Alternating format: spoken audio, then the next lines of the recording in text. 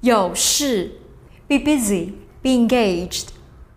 If you can remember all the way back to lesson 1, we learned that 有 basically means to have. 事 means matter, thing, item, or affair. 有事 thus can translate very literally as having a matter or having a thing, which in effect is saying one is busy.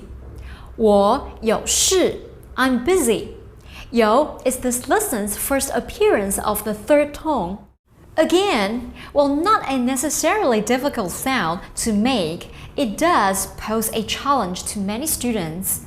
As for native English speakers, there is no incidence where you are called upon to make such a unique sound. I've heard some teachers call the third tone the falling tone, though, as I believe, the third tone actually starts at a low place in our vocal register. It would be better to call it the scooping tone. This is because after we begin with its low starting point, we then scoop our sound up to our more natural, normal speaking register. Let's try it a few times. 有 是 is lesson 5's first occurrence of the fourth tone.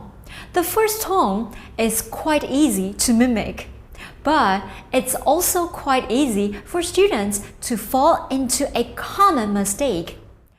I've mentioned it before, but by all means, do you remember that while you should deliver the fourth tone with conviction, you should do your best to not increase your volume. A simple saying might be that tones are about tone, not volume. 选 to choose. 选 means to choose, pick, select, or in the case of an election, to elect. As a student, you're likely familiar with having to select classes. If then, for example, you wanted to ask your friend, how many courses did you choose? You could say, 你选了几门课? 家 major word for restaurants, shops, etc.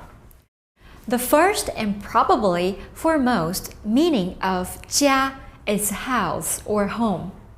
In this lesson, however, 家 is a classifier or major word for families, businesses, or people that are specialists in a particular field.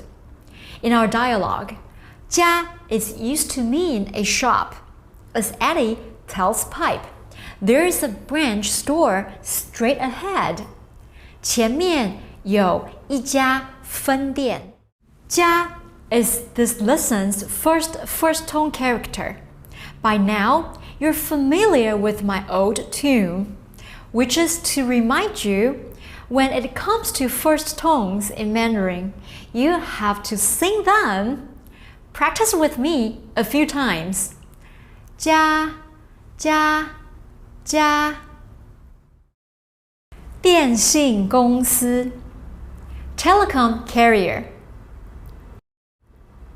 If we can make any general statements about Chinese, we can safely say that very often it wants to be in groups of 4. This has much to do with the fact that most words in Chinese are built from 2 characters. Thus, 4 characters is the most succinct way to express something even as basic as a noun-adjective compound. 4 characters can also contain lots of meaning and express deeper concepts. This is clearly seen in Chinese idioms, most of which are 4-character constructions.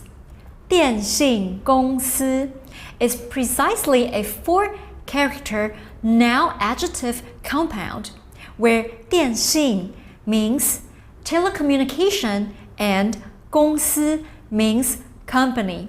Hence, 电信公司 means telecommunication company. 脸书 Facebook. 脸 means face and 书 means book. Therefore, surprise! 脸书 means Facebook. And as you can guess, 脸书 is a fairly new entry to the Chinese lexicon. As such, there are no deeper meanings here. It's just a straightforward, direct translation of this incredibly popular, widespread internet phenomenon.